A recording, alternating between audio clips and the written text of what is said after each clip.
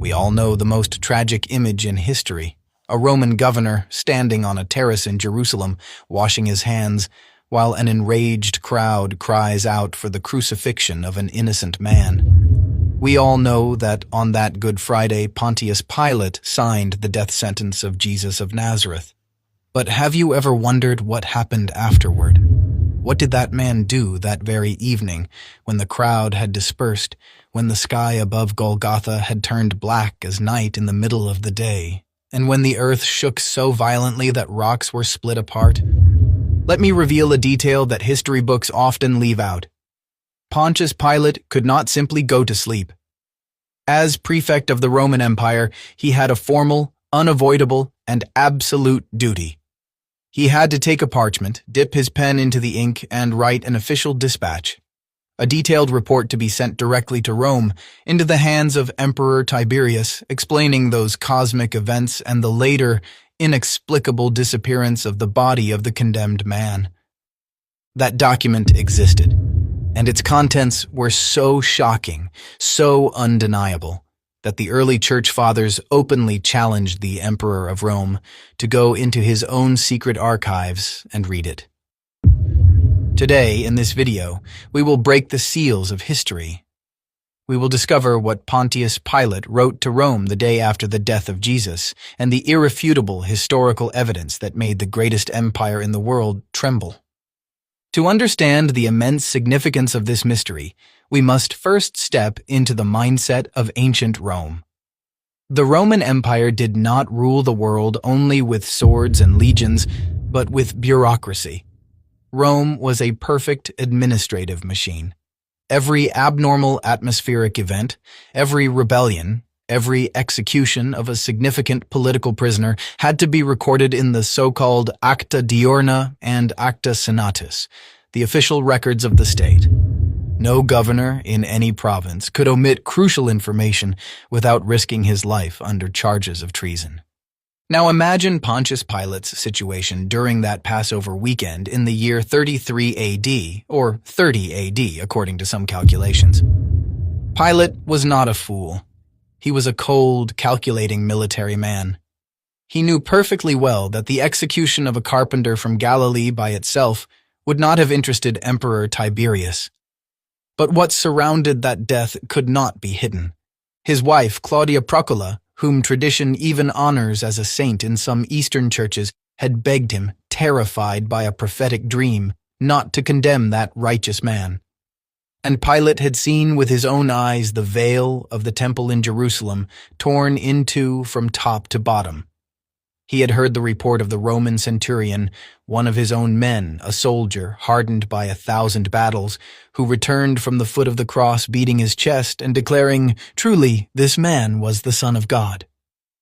And even more serious for the security of the empire, on Sunday morning Pilate received the news that the tomb, sealed with the imperial stamp of Rome and guarded by heavily armed soldiers, had been found empty.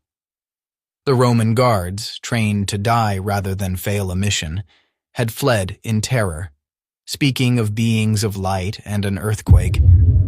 Pilate had to write to Tiberius, and he did. This report, known in antiquity as the Acts of Pilate, not to be confused with the later falsified versions, traveled by sea from Judea to the heart of Rome, where it was sealed in the imperial archives. But how do we know that this document really existed? Is it just a Christian legend? Absolutely not. And here we come to one of the most thrilling and courageous moments in the entire history of the Church. It is the year 150 AD. Christians were being persecuted, thrown to the lions, used as human torches. In this climate of absolute terror, an immense figure rises up. Saint Justin Martyr, one of the greatest philosophers and apologists of the early Church. Justin decides to write an apology, an official letter of defense, addressed to none other than the reigning emperor, Antoninus Pius, and to the Roman Senate. And to prove that Jesus had performed extraordinary miracles, had healed the sick, and had been crucified, Justin does not quote the Gospels. He knew that the emperor would not care at all about Christian texts. Listen carefully to the exact words St. Justin wrote to the most powerful man in the world, and that he did these things you can learn from the acts which were made under Pontius Pilate. And shortly afterward, speaking of the crucifixion, he repeats, that these things did happen, you can ascertain from the acts made under Pontius Pilate. Pause for a moment and reflect on the weight of that statement. Think about it. No sane man would dare say to a Roman emperor, "Go check your secret archives," unless he were absolutely certain that the document was there. It would have been political and intellectual suicide. If Pilate's report had not existed, the emperor would have needed 3 minutes to refute Justin and discredit Christianity forever. But no one refuted Justin, because those records were there, and he was not the only one. About 50 years later, another giant of the church, Tertullian, a brilliant Roman lawyer converted to Christianity, renewed the challenge. Addressing the Roman magistrates, he wrote with disarming confidence, "All these things concerning Christ, Pilate himself, who in his conscience was already a Christian, announced to Tiberius, the Caesar of that time." But what exactly did this secret dispatch contain? Although the original document has been lost, or, as many believe, deliberately destroyed during the great persecutions of Diocletian in order to erase the evidence, its contents filtered down through history. One of the central points in Pilate's report concerned the darkness that covered the land. And here the story becomes even more incredible, because Christianity finds an unexpected ally: pagan historians and astronomers. The Romans were obsessed with the stars, and 2 ancient historians, who had no interest in helping Christians, confirmed the impossible. The first was Thales, a historian who wrote around 52 AD. He desperately tried to explain the darkness at Christ's death as a normal solar eclipse. But another intellectual, Julius Africanus, categorically refuted him by reminding everyone of a basic scientific fact. Christ was crucified during the Jewish Passover, which always falls during a full moon. And it is scientifically and astronomically impossible for a solar eclipse to occur during a full moon. Moreover, another Greek pagan historian, Phlegon of Tralles, wrote these precise words in his annals, preserved in the Roman archives. In the 4th year of the 202nd Olympiad, which corresponds exactly to the year 33 AD, there was an eclipse of the sun, greater than any previously known. At the 6th hour of the day it became night, so that the stars appeared in the sky, and a great earthquake in Bithynia overturned most of the city of Nicaea. The Romans knew the universe itself had recorded the death of its creator, and Pilate had to confirm these unnatural disasters in his letter.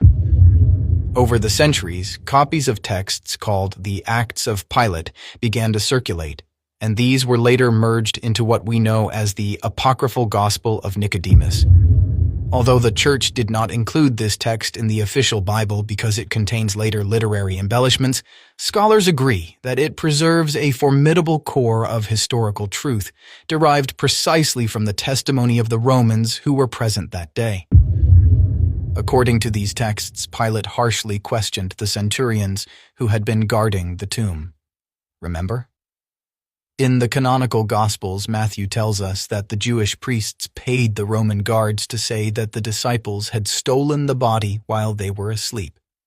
But do you really think a ruthless Roman governor like Pilate would have accepted the excuse, "We were asleep"? For a Roman soldier, falling asleep on duty meant immediate death. Ancient traditions tell us that standing before Pilate, the soldiers broke down. They told the truth. They confessed that they had seen an angel descend from heaven whose appearance was like lightning, that they had become like dead men from fear, and that they had witnessed the resurrection. Pilate, a pagan steeped in superstition, was overcome with fear. He had killed a god. And what happened when Pilate's dispatch finally arrived in Rome, into the hands of Emperor Tiberius? Here we once again rely on the writings of Tertullian, and we find ourselves before one of the greatest what-if moments in human history. Tertullian says that Tiberius, after reading the detailed report about Jesus' miracles, his unjust condemnation, the darkening of the sun, and the resurrection confirmed by his own soldiers, was deeply shaken. He did not think it was some Jewish fable. On the contrary, Tiberius took Pilate's report and brought it before the Roman Senate. His proposal was astonishing. He officially asked the Senate to consecrate Christ, that is, to place Jesus of Nazareth in the pantheon of Rome's official gods, thus allowing Christians to pray freely. The emperor of the world wanted to legalize Christianity only months after the death of Jesus, based solely on the evidence sent by Pilate. But the Roman Senate opposed him. Why? Out of pure political pride. According to ancient Roman law, a new deity could not be approved by the emperor unless it had first been examined and voted on by the Senate. The senators felt bypassed by Tiberius's enthusiasm and rejected the proposal, declaring Christianity a superstitio illicita, an unlawful religion. Tiberius, outraged, nevertheless held to his personal conviction and, according to Tertullian, threatened death to anyone who falsely accused Christians during his reign. But the Senate's refusal became the seal of a tragedy. From that negative vote came 300 years of brutal persecution. 300 years in which millions of martyrs gave their lives in arenas and catacombs to defend the truth of that empty tomb. A truth that Rome's secret documents had known from the very first day. And Pontius Pilate? What became of the man who held in his hands the life of the Son of God, who recognized his innocence, who certified the miracles, yet who out of human cowardice handed him over to death? History was not merciful to him. Only a few years after the crucifixion, he fell into disgrace. He was removed from his post in Judea because of his excessive cruelty toward the Samaritans and was recalled to Rome. With no more power and no more glory, tradition passes down stories of a man tormented by remorse. Eusebius of Caesarea, historian of the ancient church, reports that Pilate ended up in exile, perhaps in Gaul, in what is now France, where, overwhelmed by despair and haunted by the ghosts of that Good Friday, he took his own life. The man who had tried to wash his hands of the truth ended up drowning in his own error. A tragic spiritual lesson for all of us. One cannot remain neutral before Jesus Christ. Either one accepts him as Lord, or one is lost. Dear friends, we have traveled through the centuries and into the secret archives of the most powerful empire of antiquity. The ancient Romans tried to suppress the truth. The original documents may have burned, or may have been hidden in some impenetrable underground vault during the persecutions. But the power of truth cannot be archived. We do not need a piece of parchment in order to believe in the resurrection. We have evidence in Phlegon, in Thallus, in the letters of St. Justin, but above all, we have living proof in the blood of the martyrs and in the sacraments of our Church, which has remained standing for 2,000 years against the storms of history. Jesus Christ is historically real, his passion is historically attested, and his forgiveness is available today at this very moment for anyone who draws near to him. I ask you to subscribe to the channel, share this video with your friends, with those who doubt, with those who think faith is only an invention. Show them the evidence. And finally, I invite you to flood the comment section below with a very short prayer. Lord Jesus, I believe in you. Your cross is my salvation. May the peace of Christ and the blessing of Almighty God come down upon us all.